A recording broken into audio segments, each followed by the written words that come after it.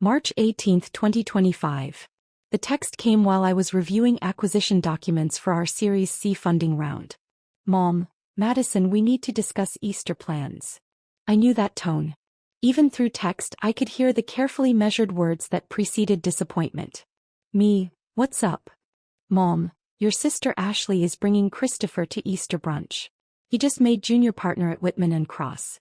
Harvard Law summa cum laude. Your father and I want to make a good impression. I waited.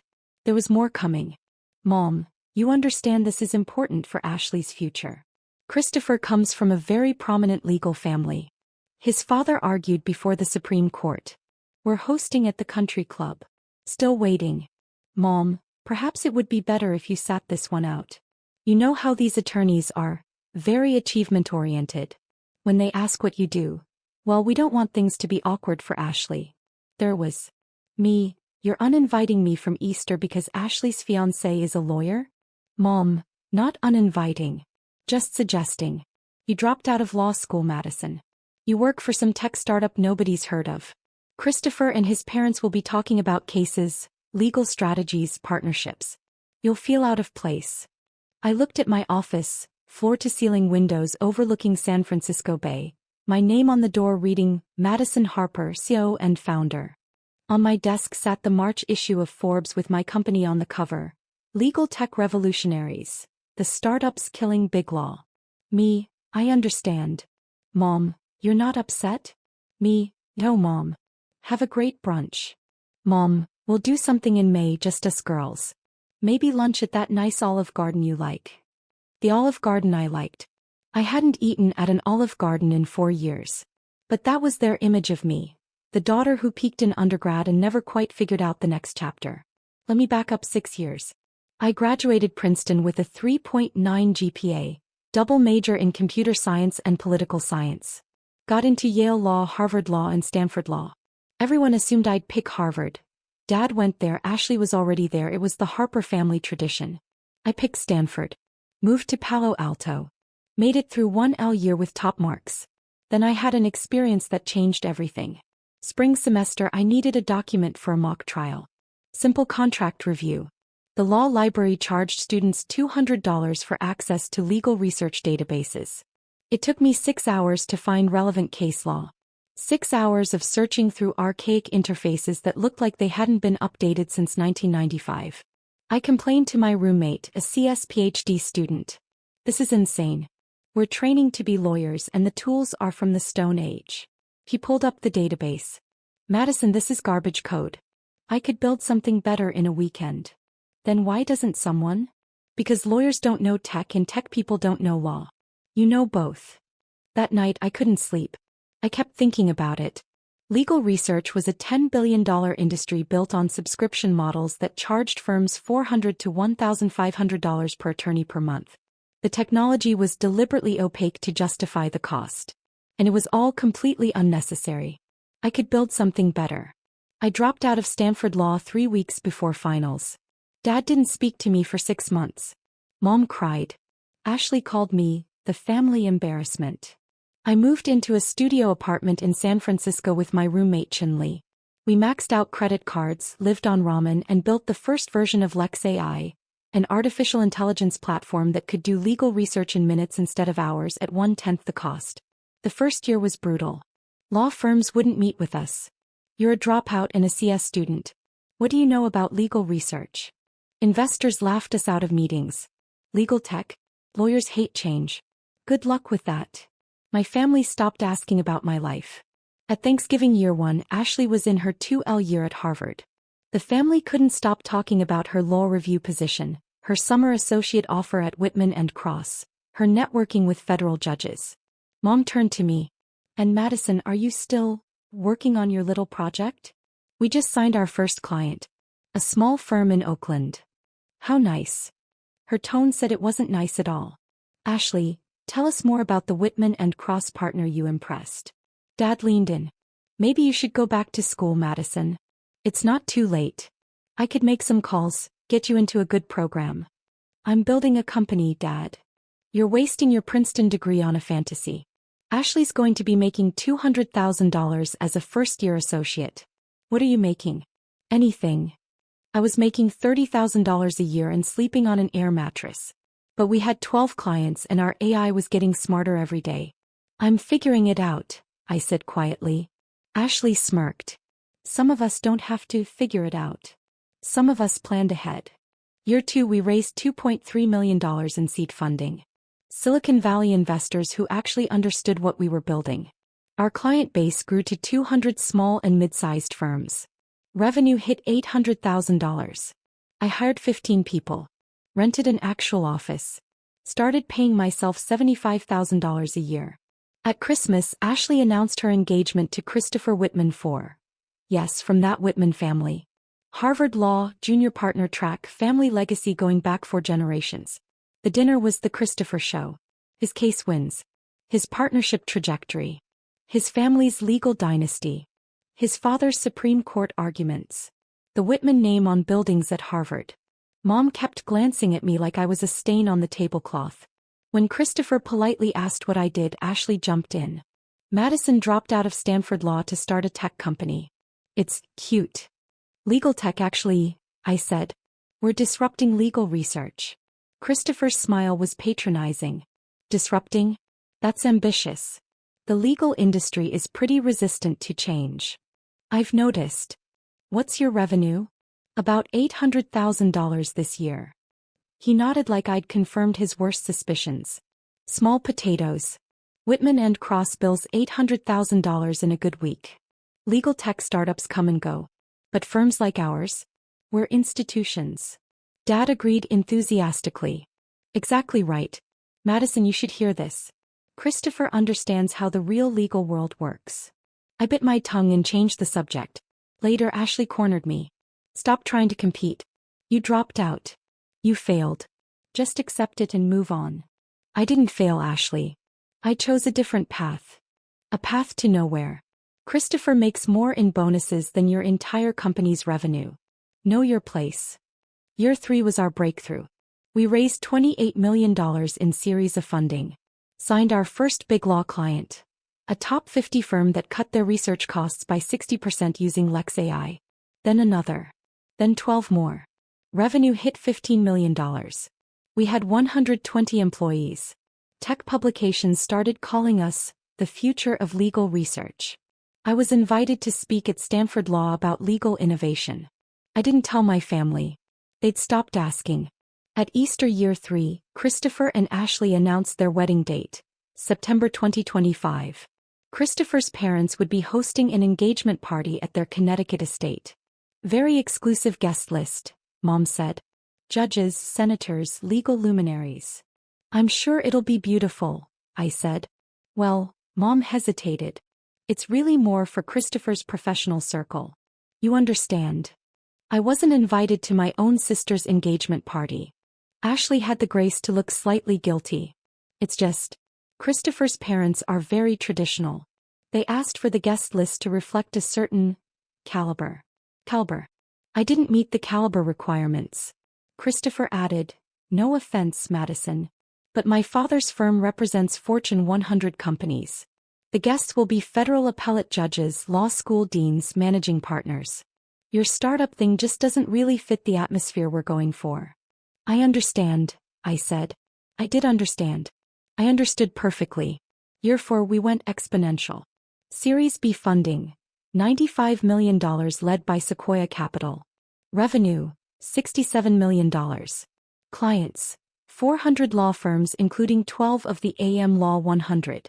Employee count, 340. We expanded internationally. London office. Singapore office. Sydney. LexAI's AI could now draft contracts, predict case outcomes, automate due diligence, and do it all at speeds that made human associates obsolete for routine work. Big Law was terrified and adapting simultaneously, cutting associate hiring, slashing research budgets, restructuring their entire business model around our platform. The Wall Street Journal called. They wanted to do a feature for their April issue, the 30-year-old CEO killing Big Law's golden goose. The interview was scheduled for March. Publication date, Easter Sunday, March 31st. March 18th. The day Mom uninvited me from Easter. I sat in my office reading her text. Chinley knocked and entered. The Wall Street Journal photographer is here for your cover shoot. Cover. They upgraded from feature to cover story. Said your disruption numbers were too significant to bury on page 6. I looked at Mom's text again. Your father and I want to make a good impression. When they ask what you do, we don't want things awkward. Madison? You okay? I'm perfect. Let's do this shoot. The Wall Street Journal profile was comprehensive. 4 pages. Photos of our offices, our tech, me presenting at a legal tech conference to 3,000 attorneys. The headline, Legal Tech CEO Disrupts $50 billion industry, how Madison Harper's AI destroyed traditional legal research and made big law obsolete. Key quotes from the article. Harper's Lex AI has single-handedly forced the legal industry to confront technological irrelevance.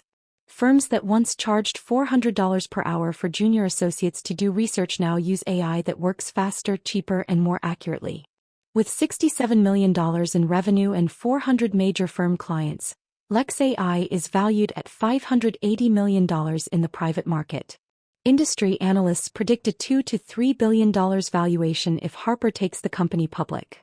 Her AI has eliminated an estimated 8,000 legal research positions while making legal services 60% more affordable for clients.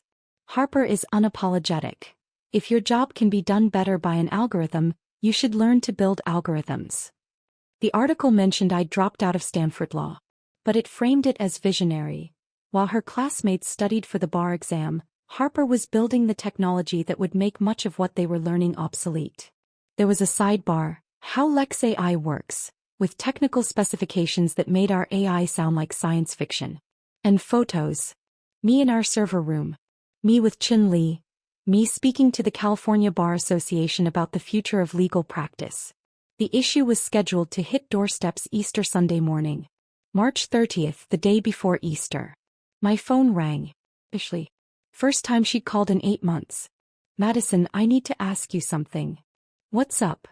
Christopher's firm.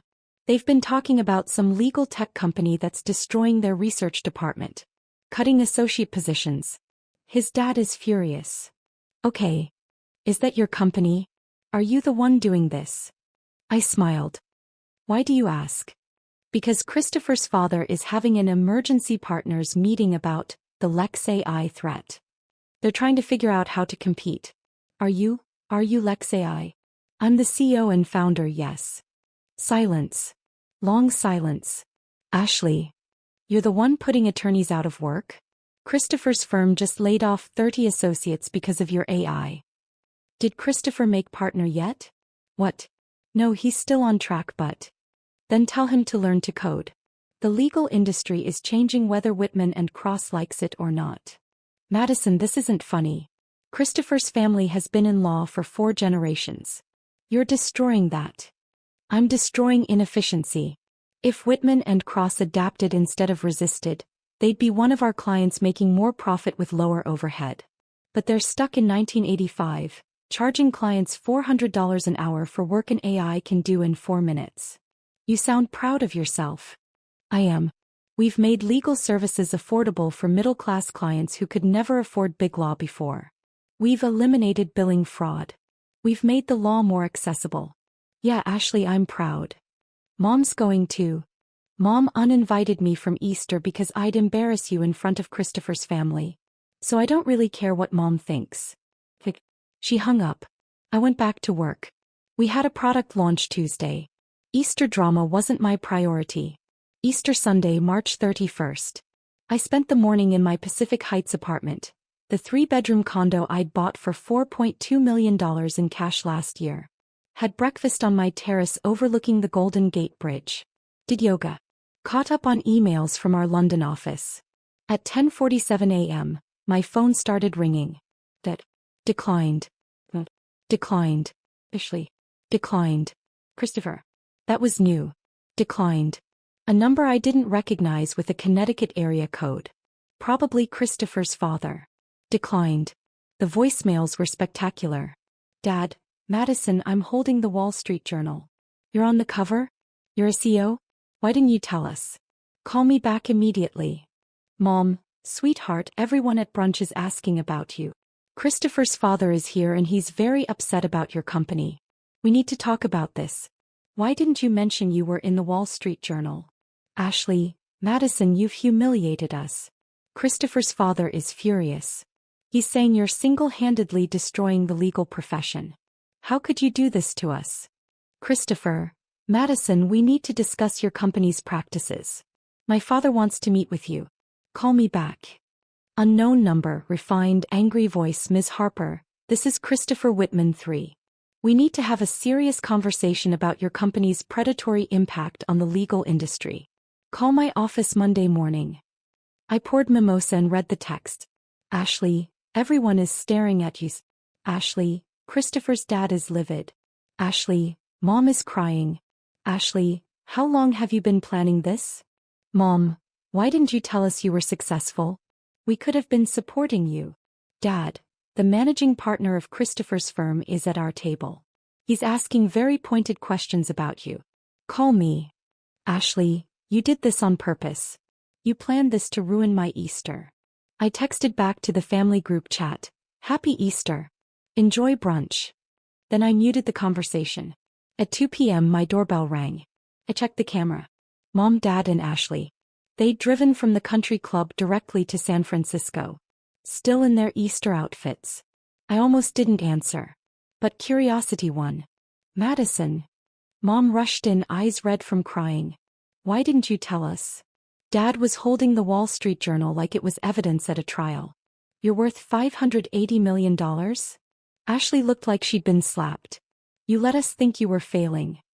I gestured to my living room. The custom furniture, the original art, the floor-to-ceiling windows with bridge views that screamed eight-figure success. Did you really think I was failing? Or did you just want to think that? Mom's eyes swept the apartment. This place must cost $4.2 million. I paid cash. Dad sank onto my $15,000 Italian leather sofa. You've been living like this and you never told us? You never asked. In 4 years, none of you asked a single question about my company. What we did. How we were doing. Nothing. That's not fair, Ashley protested. You were so secretive.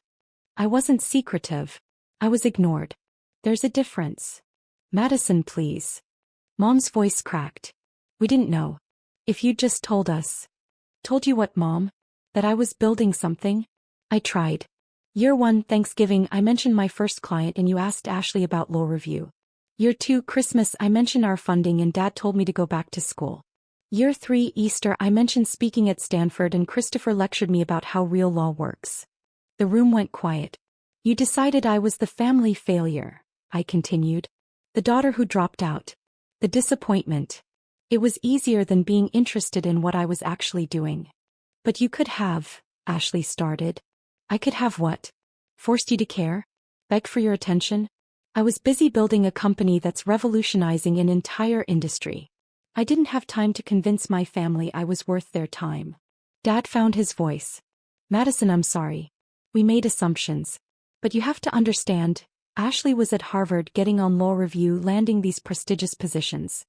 And I was building something that makes law review obsolete. But you couldn't see that because you were too busy being proud of Ashley's conventional success to notice my unconventional success was bigger. Ashley's face flushed. Bigger? You're destroying the legal profession. I'm disrupting inefficiency.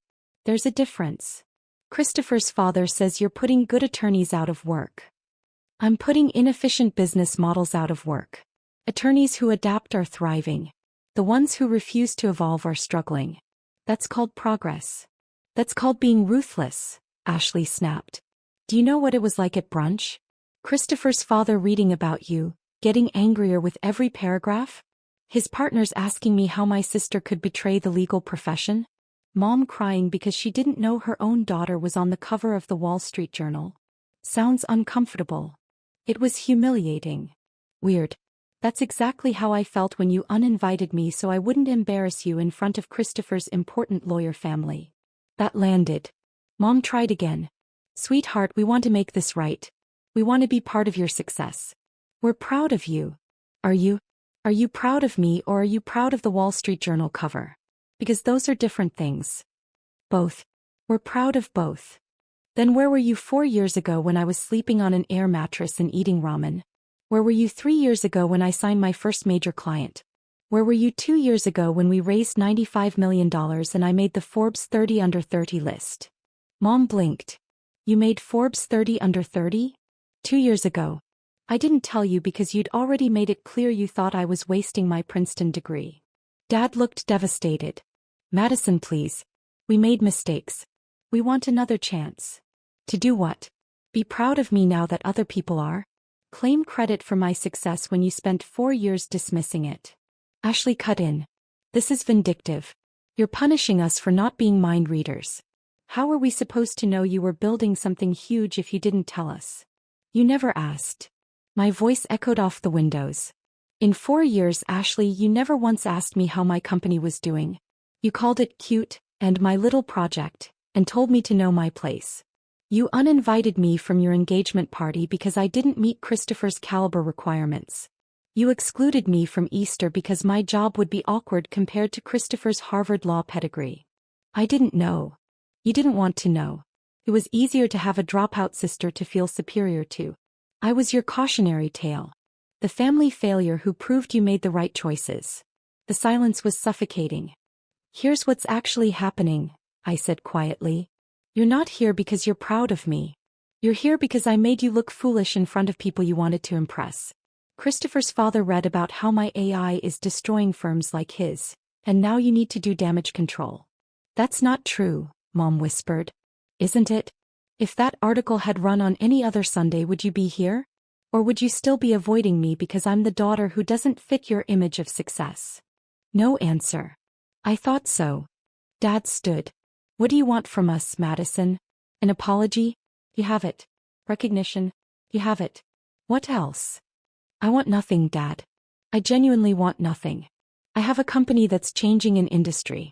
I have employees who believe in our vision. I have investors who valued my work at $580 million. I have respect from the people whose opinions actually matter to me. We're your family, Mom said. Are you? Because families show up. Families ask questions. Families support you before the Wall Street Journal tells them to. You're my relatives. But my family?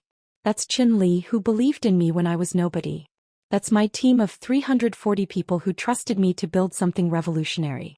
That's the investors who saw potential when you saw failure. Ashley's phone buzzed. She glanced at it. Christopher wants to know if you'll meet with his father. No. Madison, please. Christopher's partnership review is in 6 months. If his father thinks our family connection to you is a liability. Not my problem. How can you be so cold? I learned from the best. You were cold when you uninvited me from Easter. Mom was cold when she suggested I'd embarrass you. Dad was cold when he told me I was wasting my degree. I'm just matching your energy. They left. Mom was crying. Dad looked older. Ashley looked furious. I poured another mimosa and checked my phone. The Wall Street Journal article had gone viral. Legal Twitter was having a meltdown. Big law partners were writing think pieces about the death of traditional practice. Young attorneys were reaching out asking how to get jobs at Lex AI. And my family group chat was exploding. Ashley, I hope you're happy. Christopher's father is talking about the partnership being delayed because of family associations with legal industry disruptors. Mom, please call us. We can work this out. Dad, your sister's career is at stake. Can you at least meet with Christopher's father? I typed a response, then deleted it. Typed another, deleted it. Finally, I uninvited myself from this conversation 4 years ago. You just didn't notice until now. Then I left the group chat. April 2nd. My assistant knocked on my office door. There's a Christopher Whitman 3 here to see you. He doesn't have an appointment, but he's insisting. Send him in. Christopher Whitman 3 was exactly what I expected. Silver hair, $5,000 suit, presence that filled a room. The kind of man who'd argued before the Supreme Court and expected everyone to remember it. Ms. Harper. Thank you for seeing me. I'm curious what you want to say. He sat without being invited. I'll be direct. Your technology is destroying the business model my family has built over 4 generations. Associates we've trained are being laid off. Research departments we've invested in are obsolete. You're dismantling the legal profession. I'm dismantling inefficiency. The legal profession will adapt. You're 29 years old with no law degree and you're lecturing me about the legal profession? I have a Princeton degree in poli-sci, 3 years of law school, and I built an AI that does legal research better than any associate at Whitman Cross. So yes, I'm lecturing you. His jaw tightened. I want you to understand what you've done to my family. My son's partnership is now in jeopardy because of his association with you through your sister. My firm has lost $40 million in research billings. We've had to restructure our entire associate program. And your clients are paying 60% less for better work. You're welcome. This isn't a joke, Ms. Harper. I agree. It's not a joke. It's the future. Firms like yours can adapt and thrive or resist and become obsolete. That's your choice, not mine. I want you to slow down. Give the industry time to adjust. I almost laughed. You want me to sabotage my company so you can protect your outdated business model? I'm asking you to show some professional courtesy. Like the courtesy your son showed my sister when he told her I didn't meet the caliber requirements for their engagement party? Like the courtesy my family showed when they uninvited me from Easter so I wouldn't embarrass them in front of you? He blinked. I don't know what you're talking about. Of course you don't. You've been too busy being outraged by my success to notice how your son treated my sister's family. Here's what's actually happening, Mr. Whitman. You want me to fail so you don't have to change. But I'm not failing. I'm succeeding spectacularly. And you have two choices. Become a Lex AI client and cut your research costs by 60%, or keep resisting and watch younger, smarter firms eat your lunch. You arrogant. I prefer confident. Now if you'll excuse me, I have a meeting with 3 a.m. Law 50 firms who are ready to enter the 21st century. He stood. Christopher is going to leave your sister. Then he'd be doing her a favor. A man who bases his relationship decisions on his father's business grievances isn't worth marrying. You're going to regret this. I regret nothing. I built something revolutionary while people like you told me it was impossible. I succeeded while my own family dismissed me. I'm on the cover of the Wall Street Journal while you're having a tantrum in my office. The only thing I regret is not realizing sooner that your approval was worthless. April 15th. Ashley called. Christopher broke up with me. I waited. His father said marrying into a family with legal industry antagonists would damage his partnership prospects. So he ended it. 4 years, Madison. 4 years of my life gone because you couldn't just be normal. Ashley. No. I need you to hear this. You destroyed my relationship. You humiliated our parents. You made me look like a fool at my own Easter brunch. And for what?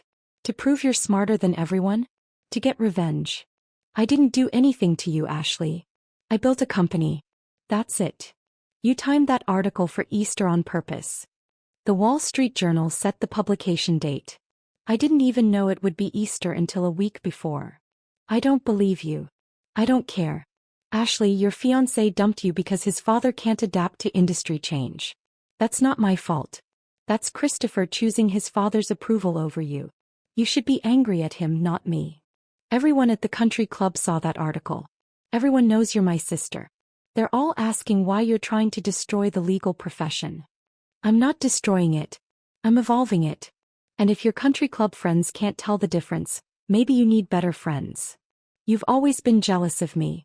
Admit it. You dropped out of law school because you couldn't compete with me. Ashley, I dropped out because I saw a $50 billion industry ripe for disruption and I had the skills to do it. Your law review position is impressive. My $580 million company valuation is transformative. Those aren't the same thing. I hate you. No, you hate that I'm successful in a way you didn't predict and can't control. You hate that your conventional path didn't make you special. You hate that the sister you dismissed is now more successful than you'll probably ever be.